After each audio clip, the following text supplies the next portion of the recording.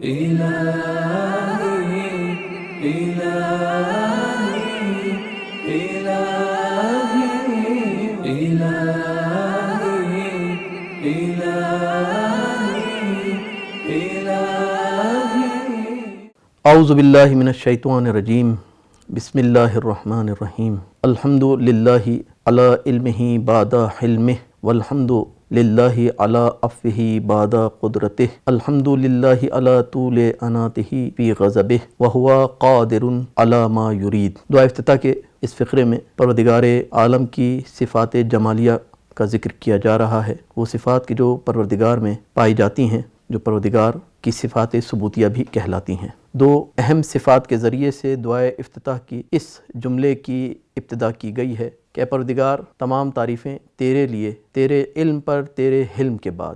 پروردگار کی دو صفات علم اور حلم، یہ دونوں صفات ایسی صفات ہیں کہ جن کا تذکرہ ہماری کتب کے اندر بہت زیادہ کیا گیا ہے۔ پروردگار علیم بھی ہے، پروردگار حلیم بھی ہے، پروردگار آگاہ ہے، کوئی چیز اس سے پوشیدہ نہیں ہے، کوئی بھی چیز کائنات میں جو بھی ہو وہ اس کے علم سے ماورا نہیں ہے۔ اسی لیے قرآن میں ارشاد ہوا وَمَا تَسْقُطُ مِن وَرَقَةٍ إِلَّا يَعْلَمُهَا، سورہ انعام کی آیت نمبر 59 کہ جو چیز بھی ہے کائنات میں وہ سب کے سب پروردگار کے علم ہے، پروردگار کے علم سے کوئی چیز بھی باہر نہیں ہے۔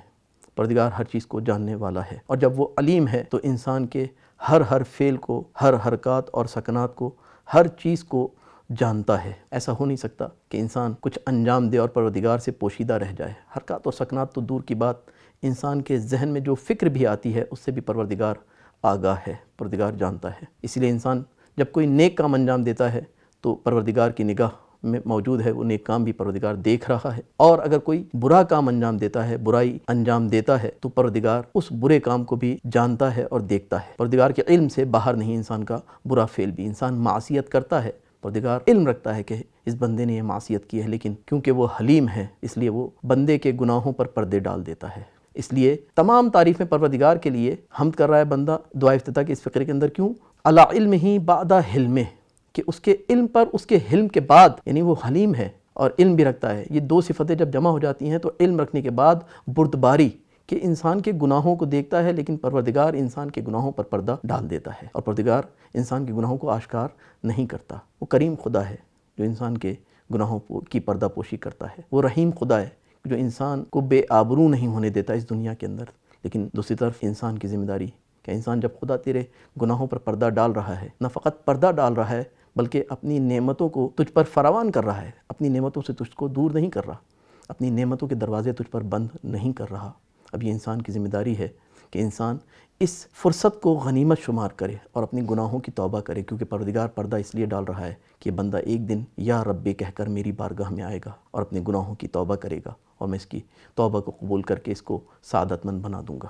لیکن انسان کہیں ایسا نہ ہو کہ اس مہلت کو، کہ جو پروردگار اس کو دے رہا ہے، اس کو فرصت شمار نہ کرے اور گمراہیوں کے راستے پر چلتا چلا جائے، معصیت کے راستے پر چلتا چلا جائے، اس چیز کو دیکھ کر کہ میرے گناہ تو آشکار نہیں ہو رہے۔ اور اسی بات کو مولا کائنات علی ابن ابی طالب علیہ السلام نے بیان کیا، یا ابن آدم اذا رأیت ربک سبحانہ یتابع علیک نعمہ وانت تعصیہ فاحذرہ، اے آدم کے بیٹے، اے فرزند آدم، جب تو دیکھ کہ تیرا رب جو پاک اور پاکیزہ ہے، نعمتوں کے دروازے تیرے اوپر کھولے ہوئے ہیں، ایک کے بعد ایک نعمت تجھ پر نازل کر رہا ہے، اور وہ تو اپنی طرف سے نعمتیں نازل کر رہا ہے اور تو معصیت میں معصیت کیا جا رہا ہے، گناہ کیا جا رہا ہے، تیرے گناہوں کے باوجود نعمتوں کے دروازے بند نہیں ہو رہے، فاحذرہ، جب نعمتوں کے دروازے بند نہ ہوں اور انسان گناہ پہ گناہ کرتا چلا جائے تو مولا کائنات کہہ رہے ہیں کہ اے فرزند آدم ڈر خدا سے، خوفزدہ ہو جا، کہ یہ مہلت جو تجھے مل رہی ہے کسی وجہ سے مل رہی ہے، کہ پروردگار تجھ سے کچھ چاہتا ہے۔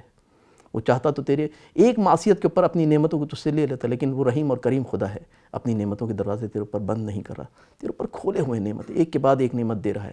مولا کائنات کہہ رہے ہیں کہ اے فرزند آدم، جب نعمتیں پے در پے تیرے اوپر نازل ہو رہی ہوں، ایک کے بعد ایک نعمت تجھے ملتی چلی جا رہی ہے اور تو بار بار اپنے رب کی بارگاہ میں معصیت کر رہا ہو، تو ایسے میں اپنے پروردگار سے ڈر اور اپنے گناہوں کی توبہ کی طرف آ جا۔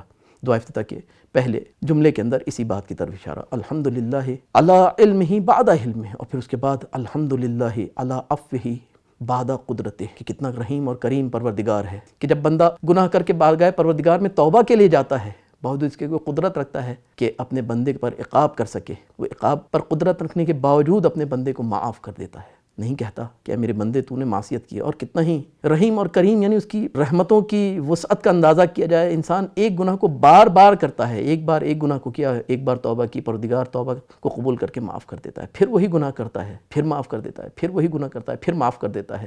عام انسان اگر ایک کسی کی نسبت کوئی نافرمانی کرے، ایک بار تو معاف ہو جاتی ہے، 2 بار معاف ہو جاتی ہے، لیکن تیسری بار معافی نہیں ملتی کہ تجھے 2-3 بار میں معاف کر چکا، لیکن اب تجھے معاف نہیں کروں. کیوں؟ رحیم اور کریم پروردگار ہے کہ جو قدرت رکھنے کے باوجود انسان کو معاف کر دیتا ہے. دنیا کا دستور عجیب ہے. دنیا کا دستور یہ ہے کہ جب کوئی نافرمانی کر کے کسی کی بارگاہ میں پیش ہوتا ہے تو اس کو کلائی سے پکڑا جاتا ہے، یعنی اس کو مجرم سمجھ کر اس کی کلائی کو پکڑ لیا جاتا ہے. تو نے یہ جرم کیا ہے، تو نے یہ خطا کی ہے، اور کلائی سے پکڑ کر اس کو سزا دی جاتی ہے. لیکن بارگاہ پروردگار عجیب بارگاہ ہے. مجرم جب جرم کر کے، گناہگار جب گناہ کر کے بارگاہ پروردگار میں پیش ہوتا ہے تو پروردگار کلائی نہیں پکڑتا بلکہ ہاتھ تھام لیتا ہے. اے میرے بندے، میں کلائی نہیں پکڑوں گا تیری کہ تجھ سے جرم کا حساب کتاب لوں. میں تیرا ہاتھ تھام کر تجھے اس منزل پر لے جانا چاہتا ہوں جہاں تک تجھے جانا ہے. تجھے سعید بن کر دنیا سے جانا ہے، لیکن شرط یہ ہے تو ایک بار بارگاہ پروردگار میں آ جا، عفو کی تمنا لے کر کہ پروردگار کے عفو سے متصل ہو جا، پروردگار کے عفو کو چاہتے ہوئے توبہ کر کے بارگاہ پروردگار میں پہنچ جا. اور اسی حوالے سے دعائے افتتاح کا جملہ الحمدللہ علی عفوہ بعد قدرتہ، اور پھر اس کے بعد پھر الحمدللہ علی طول اناتہ فی غضبہ. اور پروردگار غضب کرنے میں بہت دیر کرتا ہے، فوراً غضبناک نہیں ہوتا. دنیا کا عجیب دستور ہے کہ کسی کے حوالے سے کوئی نافرمانی ہو جائے تو فوراً غضب میں آ جاتے ہیں، فوراً غصہ کرنے لگتے ہیں. لیکن بارگاہ پروردگار کریم اور رحیم پروردگار ہے کہ جس کا غضب بہت دیر سے غضبناک ہوتا ہے، فوراً غضبناک نہیں ہوتا. بندے کو مسلسل مہلت دیے چلا جاتا ہے کہ میرا بندہ ایک بار توبہ کر کے میری بارگاہ میں آ جائے. بار بار انتظار کرتا ہے، بار بار ندا دیتا ہے، مختلف حوالوں سے اپنے بندے کو جھنجھوڑتا رہتا ہے کہ کسی طرح سے متوجہ ہو جائے کہ اس نے گناہ کیا ہے. کبھی کچھ دے کر جھنجھوڑتا ہے اور کبھی کچھ لے کر جھنجھوڑتا ہے، کبھی مال دے کر جھنجھوڑتا ہے کہ اب تو متوجہ ہو جا کہ کوئی ہے جو تجھے دینے والا ہے، اور کبھی مال لے کر جھنجھوڑتا ہے کہ اب تو متوجہ ہو جا کہ تجھے کسی نے مال دیا تھا اور یہ مال تجھ سے لے لیا. اسی طرح سے آل اور اولاد بھی انسان کو بار بار جھنجھوڑتا ہے. اے میرے بندے، تو خطا کار ہے، خطاؤں تلے دبا ہوا ہے، تیری گردن تیرے گناہوں کی غلام بن چکی ہے. اس مہینے کے اندر، ماہ مبارک رمضان کے اندر، دعا افتتاح پڑھنے والا اسی بات کی تمنا کرا ہے پروردگار تیرا غضب بہت دیر سے آتا ہے، اس سے پہلے کہ تیرا غضب مجھے آ لے تو اپنی رحمت کے دائرے میں مجھے لے لے. کیونکہ تیرا عفو جو ہے وہ فضل بھی ہے، تیرا عفو تیری رحمت بھی ہے، اور تیرا عفو عظیم بھی ہے، اور تیری رحمت جو ہے تیرے غضب کے اوپر سبقت کیے ہوئے ہے. بس دعا افتتاح پڑھنے والا اس فقرے کے اندر مستقل پروردگار کی صفات ثبوتیہ کے اوپر حمد کر رہا ہے، اور حمد کرتے ہوئے اپنے گناہوں کے حوالے سے اپنے رب کی بارگاہ میں بخشش کو بھی طلب کر رہا ہے. پروردگار تو مجھے بخش دے کہ تیرا غضب دیر سے آتا ہے، تو غضب پر قدرت رکھتا ہے، تو عقاب پر قدرت رکھتا ہے، اس کے باوجود تو عقاب نہیں کرتا. ایسا کریم اور رحیم مولا کس کا ہوگا؟ اور جب انسان اس رحم عفو اور قدرت پروردگار کو دیکھتا ہے تو ایک بار اس کی زبان سے یہ الفاظ جاری ہوتے ہیں: پروردگار تیرے جیسا مولا کہاں، لا معبود سواک والحمد للہ رب العالمین.